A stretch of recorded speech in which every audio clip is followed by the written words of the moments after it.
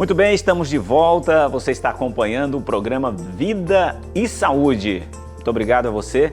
E olha só, gente, os centros de convivência de idosos foram criados para proporcionar mais qualidade de vida para todos os idosos. E, principalmente, um dos objetivos é sair da rotina. E os idosos aqui em Caxias também fazem isso com muita qualidade. A gente vai ver uma das atividades agora aí na reportagem. Esta atividade é feita com frequência, mas está sendo intensificada por conta da Semana do Idoso. O Centro de Convivência dos Idosos, CCI do bairro Ponte, é o local que eles escolheram para passarem a maior parte do tempo. Logo na chegada, pela manhã, eles foram surpreendidos com o aquecimento, movimentos necessários para o que vinha logo em seguida. É bom, faz muitos anos que eu estou aqui. Para mim, é ótimo. A senhora tem quantos anos?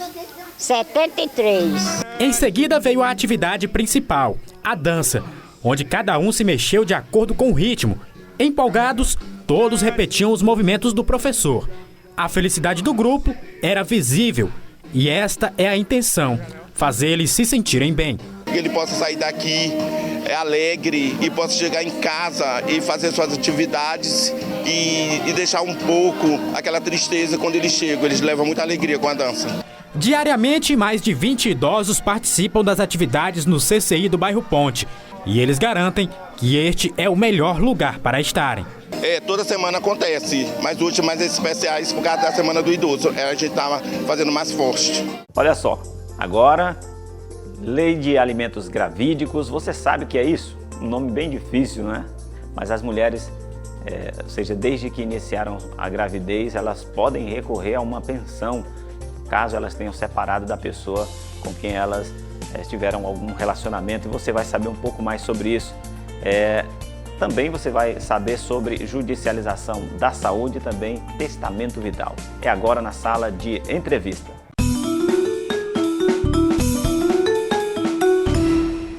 Olá, e na nossa sala de entrevista nós recebemos hoje aqui a Priscila Brito, que é advogada, e vai falar com a gente sobre 3 assuntos. Uma sobre alimentos gravídicos, a judicialização da saúde e também sobre testamento vital. São temas aí que, com certeza, algumas pessoas vão passar por esse tipo de situação e, claro, pode ser, quem sabe ela pode esclarecer um pouco mais aí sobre esses assuntos para você aí que tem dúvidas. Muita gente nem sabe que são alimentos gravídicos. E a gente vai, inclusive, dizer com palavras menos difíceis, né? Alimento gravídico é uma palavra já, às vezes, já afasta a gente, mas Priscila, muito obrigado por ter vindo. Eu que agradeço o convite, Julimar, para a gente falar um pouquinho sobre algumas temáticas que às vezes a população de Caxias não conhece. É verdade. E é importante a gente conhecer um pouco dessas informações. Com certeza. Vamos começar aí pelos alimentos gravídicos. O que são alimentos?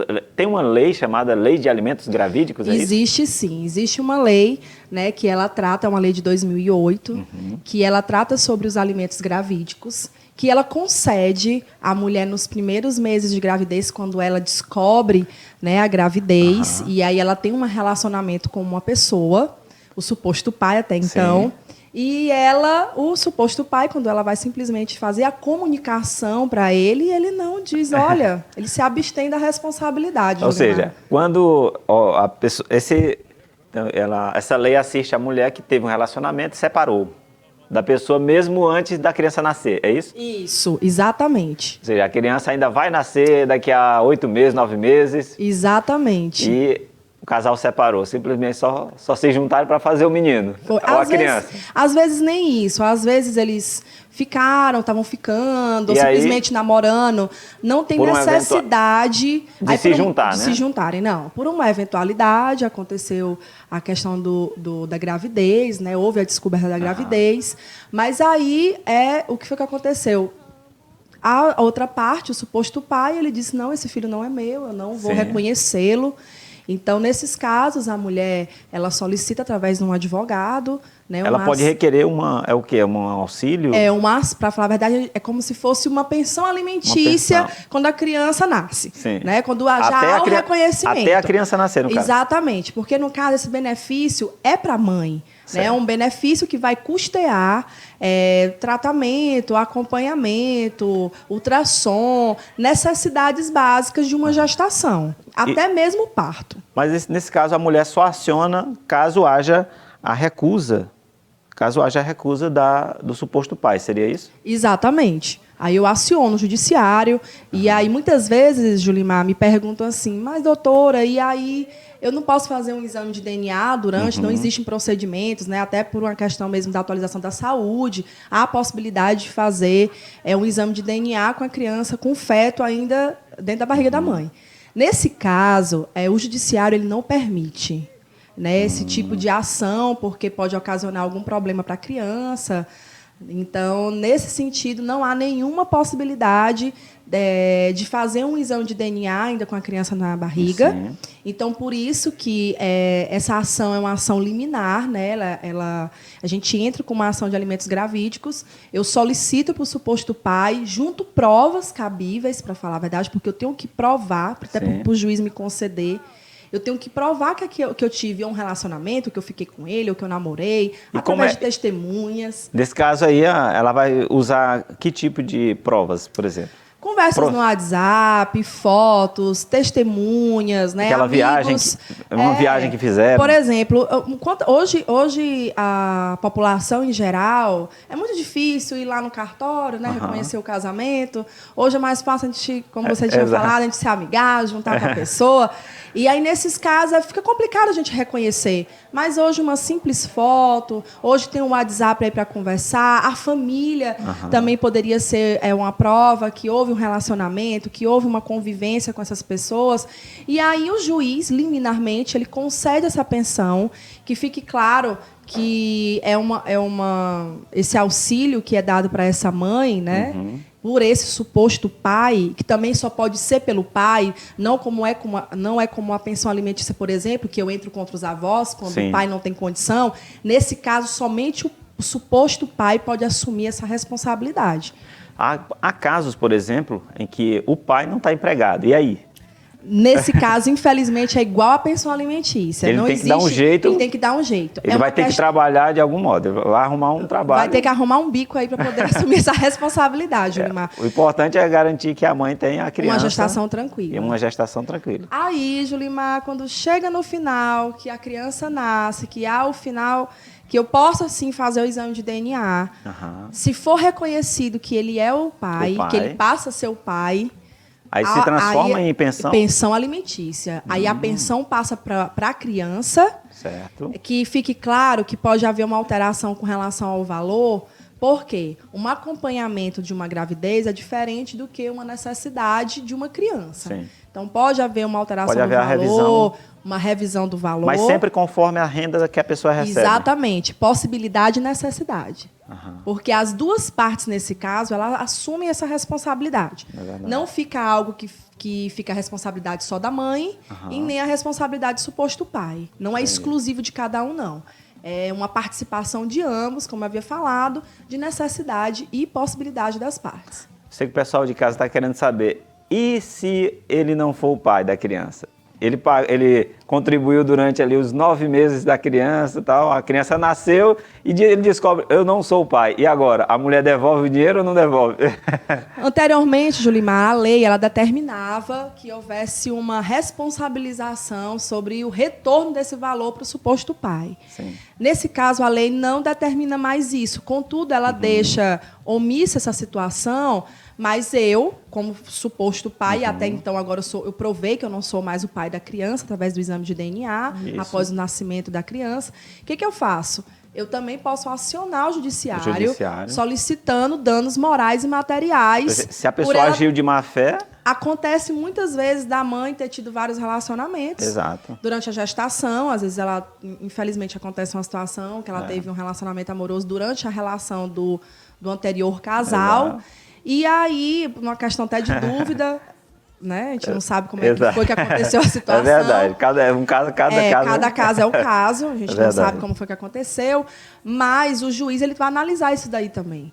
Né? Então, Muito a bem. gente, o que vai E acontecer? aí vai ser no entendimento do juiz que ele vai determinar se aí a eu mulher entro devolve com uma ou não. ação. Não, eu entro com uma ação, Sim. né, de danos morais e materiais, a questão da responsabilidade sobre a ação de alimentos gravídicos. Então, já não é mais no âmbito da família, já é no âmbito cível, porque no caso alimentos gravídicos seria no âmbito do direito de família. Certo. E já a responsabilidade sobre o retorno desse valor que ele deu durante a gestação já é uma ação cível comum. Tá. Então, eu entro com uma ação de danos morais e materiais para ressarcir o valor, provando que ela agiu com má fé, que a intenção dela era realmente prejudicá-lo, que ela tinha certeza que ele não era o pai da criança, que ela queria só ser bancada Mas por relação há casos e casos, porque você pode ter vários tipos de situações. Por exemplo, a mesma pessoa, no final, ela descobrindo que não é o pai, não, mas tudo bem, eu vou manter a criança, aí tudo bem, tranquilo. Eu já tive casos em que a gente fez o exame de DNA, né? Isso já foi uma situação, né? Fez o exame de DNA, e mesmo ele sabendo que não era o pai, ele reconheceu a criança, e até por uma questão já nobre, né? super nobre. Verdade. E ele tinha um relacionamento cria com a vínculo, pessoa. né? Ele era casado com a pessoa. Realmente. E teve essa situação e realmente ele contribuiu e ainda hoje eles estão juntos. Interessante, isso aí. Olha aí, são casos assim bem interessantes envolvendo aí a questão de saúde, isso é vida, né? Você tem uma vida ali para ser cuidada. Com certeza, né? É o direito à vida do menor, que ainda não é menor, né? Que ainda é o feto ainda. Então é um direito da mãe ser acompanhada, porque muitas vezes a mãe não tem condição, então isso aí vai ser uma possibilidade dela ter uma gestação tranquila, a possibilidade de ter as ultrassons, de ter os medicamentos, de ter um parto, mesmo que haja rede pública, mas se for um parto que a outra parte ela possa arcar, ela pode solicitar isso judicialmente, que o parto seja particular. Se as partes tiverem essa possibilidade de fazer, e assim é um acompanhamento à vida da criança. É verdade. Que é a proteção à vida da criança. Também falando sobre vida, né? Ou seja, vamos para o testamento vital. Quer dizer que eu posso determinar previamente como eu quero ser tratado, mas isso eu queria só saber assim, não tem uma garantia legal ainda isso aqui, né? O testamento vital, ele não é uma garantia, não tem uma lei prevendo. Enquanto né? a gente está falando sobre vida, né, Julimar, agora vamos falar sobre a minha possibilidade de ter uma morte da forma como eu determino, a forma como eu desejo. A nossa Constituição Federal ela é bem clara com questão à proteção à vida, questão de direitos humanos, né, dignidade da pessoa humana. Tem então, vários princípios lá direcionando, né? Tem vários princípios que me garantem a minha possibilidade de cuidado, né? Por isso que nós temos o Sistema Único de Saúde. Tudo é uma questão de garantia constitucional. Mas o que acontece, Julimar? Muitas das vezes a família acaba exigindo que a gente dê uma continuidade, uma sobrevida para aquela pessoa que a gente tanto ama. Então, o que acontece? A gente, sabendo da situação da nossa família, sabe que vai tentar postergar um pouco mais a nossa vida.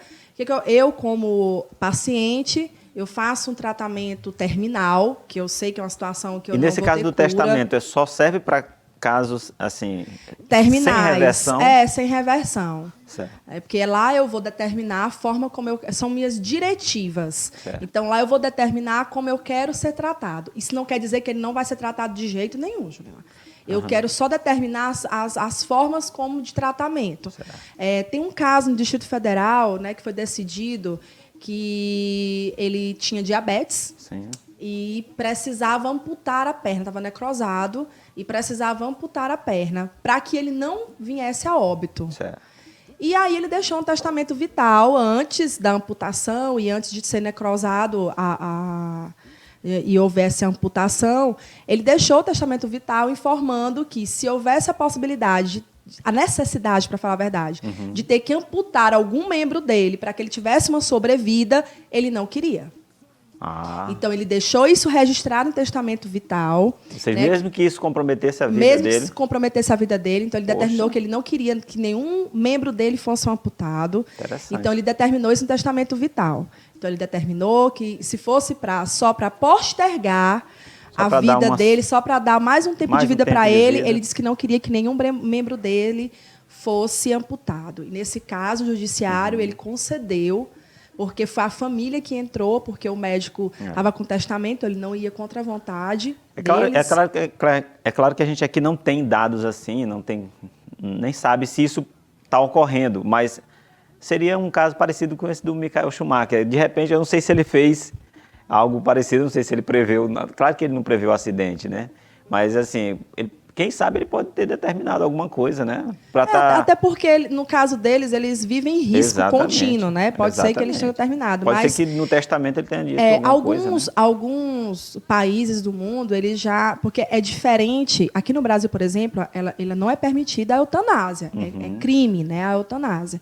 Mas o testamento vital, ele é conhecido como a ortotanásia.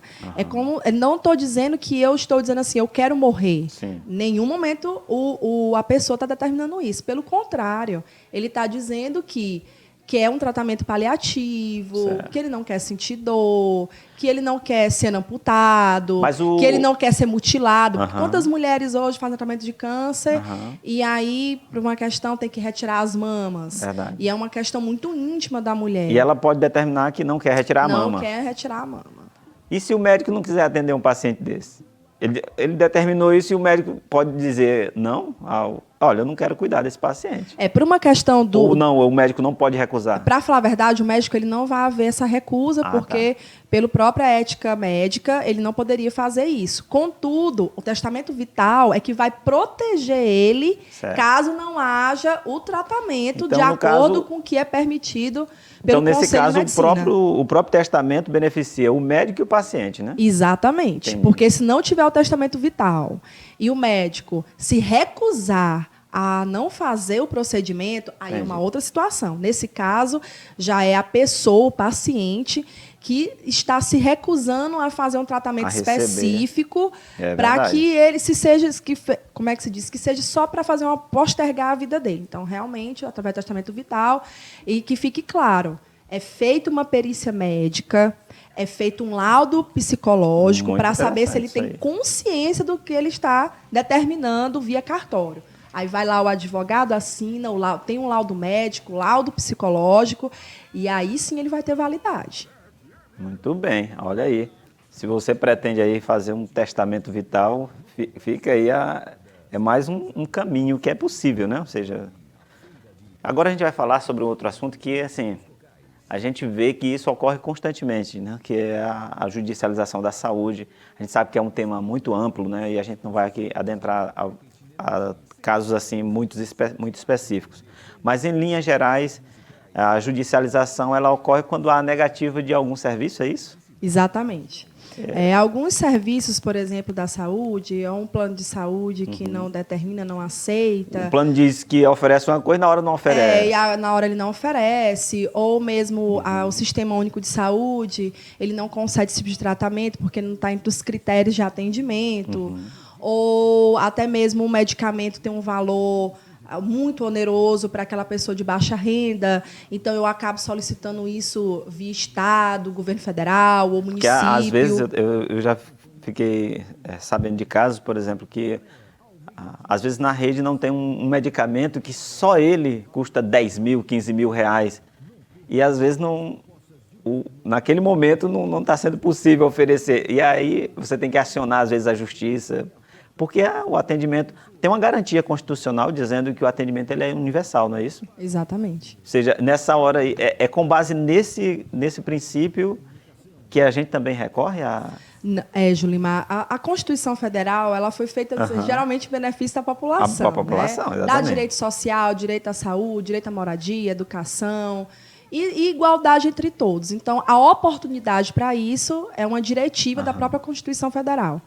Com relação à judicialização, houve esse ano de 2019 até uma reunião do CNJ com o Conselho de Saúde, exatamente para discutir, uma reunião com todos os governadores dos estados do Brasil, para discutir essas diretivas de como seria o posicionamento a respeito dessa judicialização.